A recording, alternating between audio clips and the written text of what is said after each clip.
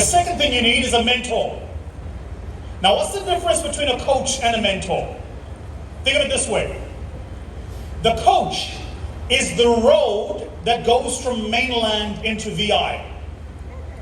The mentor is the sign telling you where VI is if you're in mainland. Did you get that? All right, I'm going to slow down slower again. The coach has literally walked the path, and as you walk the path, they walk it with you.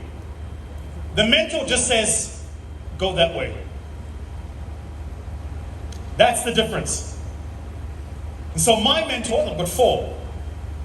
My mentors, I loop with them every single 90 days.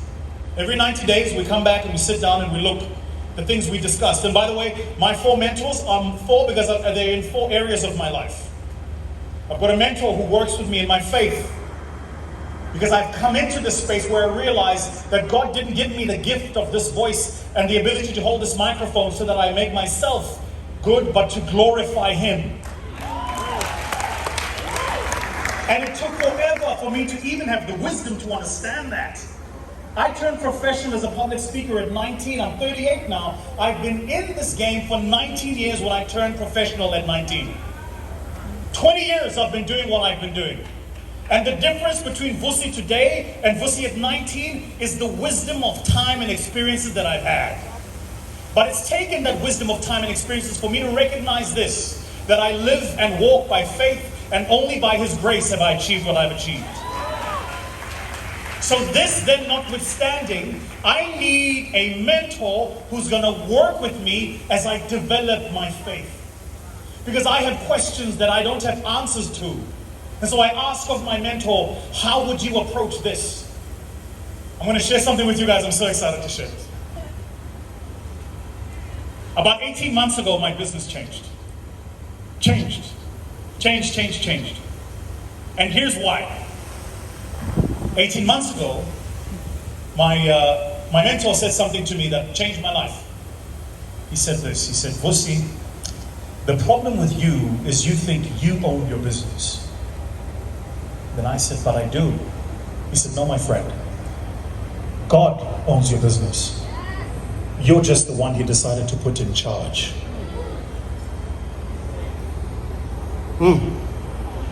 God owns your business. You're the one He decided to put in charge. God owns your marriage. You're just the one He decided to bless you with. When you move from a place where you go, I don't own this thing, I have simply been trusted with the responsibility of making this thing real, it changes everything. See, because when you own everything, you are accountable to you. But if He owns it, now there is a level of accountability. So now there's certain things I can't do. There's certain deals I can't sign. There's certain meetings I will never attend. There's certain contracts I will never be part of, because I recognize that I've got a fiduciary responsibility to the true owner of my business. How would your life change if you gave your business, your career, and the advancement of yourself to the true owner of those things and thought of yourself just as the custodian for this moment? Let me tell you why this is so powerful. There are some in this room. When you die, whatever you're doing will die.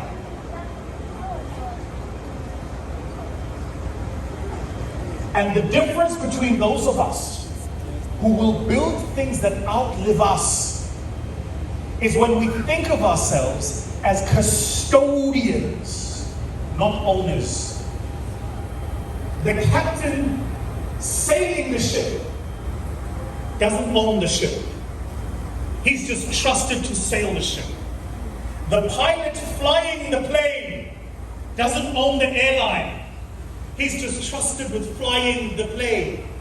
And so when you think of yourself then as somebody who has been trusted with this season, it means this. It means you build knowing that a season will come where you must hand over to the next generation. And I play and press upon you that when that time comes, you know how to hand over to the next generation. So it changed my business. Do you know why it changed my business? Because the first thing I then had to do was look around and go, which of these people around me could I hand over to? Nothing. And by the way, that's not a reflection on them. That's a reflection on me. The old expression used in the armies of Rome was this: there is no such thing as a bad soldier, only a bad general. If you are leading people today and they are incapable, incompetent, and not hitting their numbers, that's on you, not them. Because it means you haven't taken the time to select and train your soldiers so that they are ready for the incidents of war. And so when you go into the marketplace to trade, they can't compete. And rather than we as leaders take responsibility, we default that responsibility to our people. So get you a mentor. Those 4 areas for me. First, a mentor in my faith. Second, a mentor in my physical health. So I look so good. Wasn't always like that. I used to look like, no, never mind.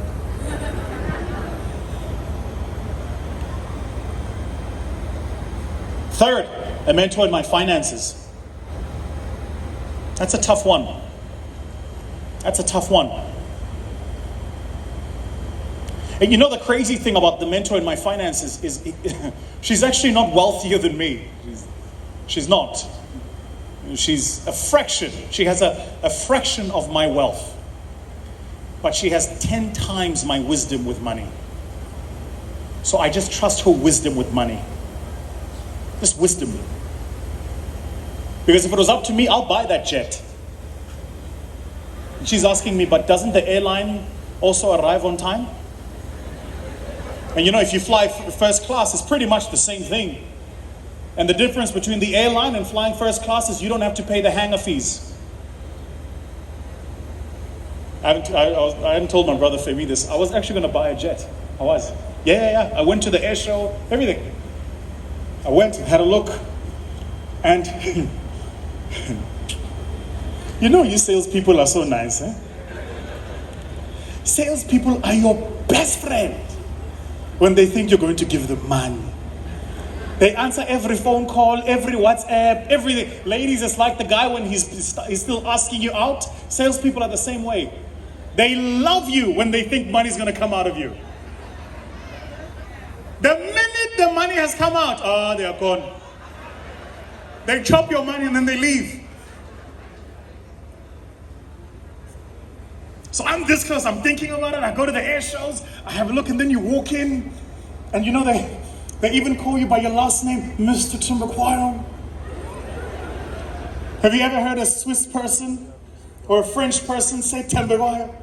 Merci Thembekwayo is a very nice jet. Eh? You got very nice room, and we can even decorate the interior for you. Eh? We do a lot of personalization, even on the chair. We put the initials VT. People know it's yours. It's not a rental. Yeah? So I'm sitting there going, rental, VT. I want it. Sign me up. I even prayed to my father. I'm like, God, you have blessed me. Oh. I want it, but that's my ego. Because in my head, I'm immediately thinking about what are they going to say when I land that jet that says VT?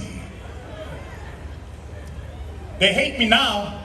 They're going to really hate me when it says VT. That's where my head is, right? So what do I learn out of this? Have a conversation with her, and she's like, but hold on, listen to this. This is literally what she said to me. She said, don't people already know who you are? I said, well, the ones who need to do. She said, then why do you need to spend millions of dollars on a pressurized metal tube to make a statement that you've already been marked correct for? What are you trying to prove and to who? Yes? So the point here is a mentor with your finances. I hope the message you're getting out of this is that creating accountability with other people is going to get you to that next stage.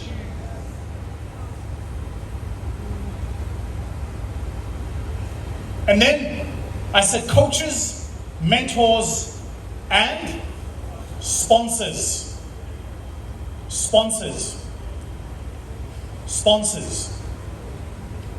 So you definitely need a sponsor, right? Yeah. What's a sponsor?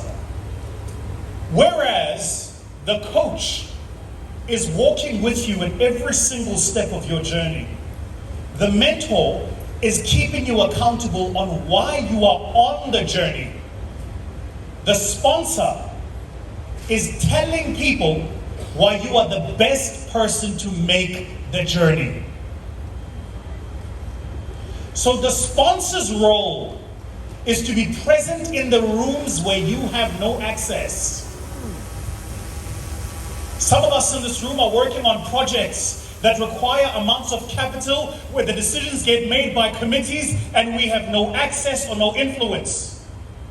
And we're not spending time cultivating relationships with people who are already in those rooms. Every single decision is taken by people who look like just me and you. Sponsors. So learning to have relationships with sponsors, game changer. Game changer. In my industry and in my field, you cannot raise capital without sponsors. It's impossible. It cannot be done. Because if you don't have a sponsor, and here's the thing you realize when you don't have a sponsor. There are two application processes in almost everything we do in life. There is the one designed for everybody else, and the one designed for people who come in with sponsors. And everybody else has to fill out the full application document and tick every single box. And those with sponsors get to skip certain questions. You don't have to answer that question. What's your fund to capital return? What kind of capital do you return to investors? Yeah, don't worry about that. I've got you. I'll discuss with them at board level. We're good. How do you hope to mitigate the capital risk and IRRs if you don't protect? Yeah, don't worry about that. We've got you. We'll answer it. You're good. Sponsors. So in the industry you're in now, get you a sponsor. Get you a sponsor. So you need a coach, a mentor, and a sponsor. And to build those relationships, you go and ask them the single most important question: what's keeping you up at night? And you offer that to them, and that builds a relationship of value. Whatever you do, do not leave this meeting and send a DM and say, can you please be my mentor? That never works. Ask yourself the question. 200 million people in Nigeria, and if you have somebody you look at and you admire, how many of the other 200 million people do you think look at the same person and admire them? So what are the odds then that they're getting all of these inboxes saying, can you please be my mentor? I shared this with somebody who went viral the other day. I'll share it with you guys. A young man, he was at my office actually. I think he was there for an interview. I can't recall a particular set of circumstances. And during the conversation, he started telling me about this young lady that he's been wanting to date. Yeah. He's like, there's this young lady, and he's describing her to me. And I remember he was so vivid in his description, I could tell that he really, really is enamored with this young lady.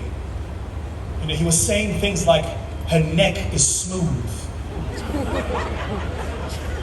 Now ladies, let me tell you, when a man notices your neck, he likes you. He was saying her neck is smooth. He says to me, she's got beautifully turned ankles. The ankle is beautifully turned. Jay! How many of you here have beautifully turned ankles, Charlie? I know.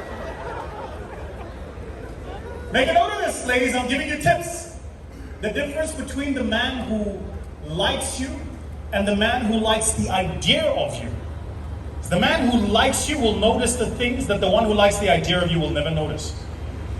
It's a true story. So he's telling me about this, and I could tell. So he's asking for my advice. And he's saying, she's gorgeous, she's beautiful, I'm sure she gets a lot of approaches from men. How can I get her to pay attention to me? He says, I'm not the wealthiest guy she knows. I'm probably not the best looking guy she knows. I don't have the highest number of followers. And by the way, this is crazy. He hasn't even met her in person. Yeah. He follows her on IG. They're engaged now. Wow. Yeah. Oh, I'm going to tell you how I did it. No, don't clap. I'll give you the trick. Okay. His name is Ronald. Ronald's like, and I really like her. And she's just, I watch her posts, and she posts like going to church. She posts her mom and her dad. She's with her nieces. And every time I go and look at her posts, she's got 5,000 likes and like 200 comments. And I'm here with a small account of 20 followers. How do I get her to pay attention? Ladies, go into your DMs, find the guy with 20 followers. Give him some attention.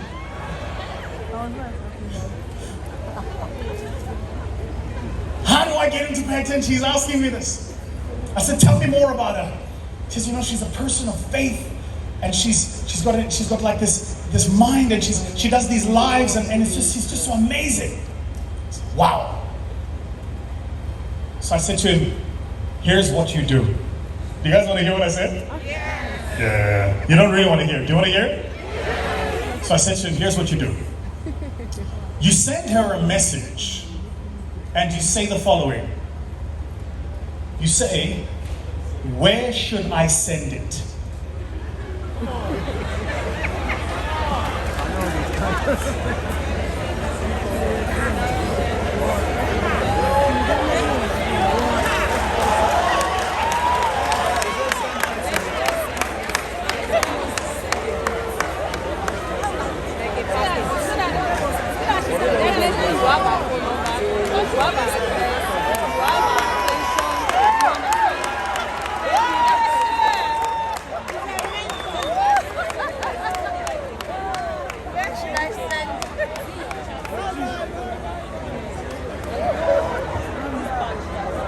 You send her a message. Did you get it? Yeah. Did you get it? Yeah. Now, coming out of this, ladies, I'm sure your inboxes are going to be full with where should I send it, right? I said, you send her a message and you say, where should I send it? Then he says, what happens if she doesn't see it or doesn't reply? I said, you wait for 2 days, you hit unsend, because you can do that on IG, and you send it again. He says, why must I hit unsend? I said, because if she opens up that message and there are 5 where should I send it, you're getting blocked and getting reported. The difference between being charming and being a stalker is 1 more phone call to your prospect. You need to know how many calls to make and when to stop making that call. Stop calling a prospect saying, I was just following up. Nobody replies to a call where you said, I'm just following up. I'm going to tell you now what to say rather than I was just following up. So I say to him, you unsend and you send again. He does this exercise for 2 weeks. Every second day, unsend, sends again. And every second day, unsend, sends again. And every second day, unsend, sends again. 2 weeks later, she replies. She says, excuse me, send what? Now,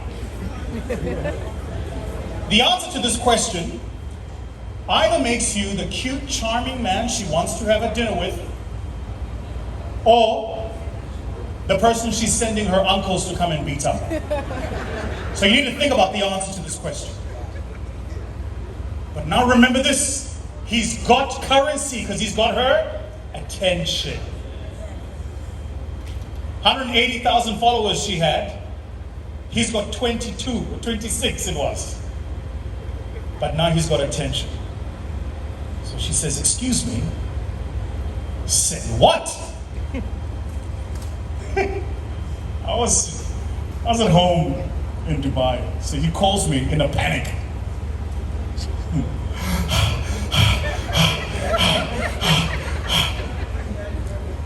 Ronald, hi. She replied, oh my God, she replied. He said, wait, what? She replied. Who replied? She, who? She. Who's she? Tells me her name, says she replied. I said, what did she say? She said, excuse me, send what? I said, what have you said? He said, I called you.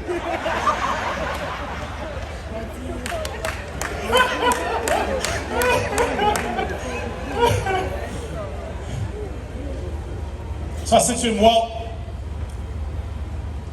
here's what you say next. You say the following. You say, because you can also play the line and go corny here, right?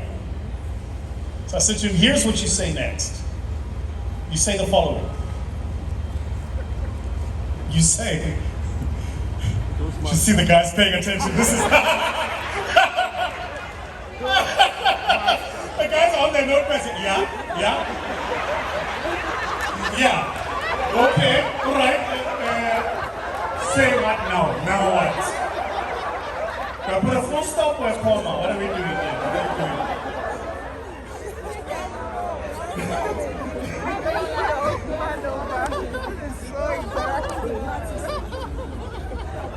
Say what? She says. I said, just reply. I said, just reply and say the following. I said, say, the cup of coffee I was hoping to take you out for, but know that I don't deserve your time to have over.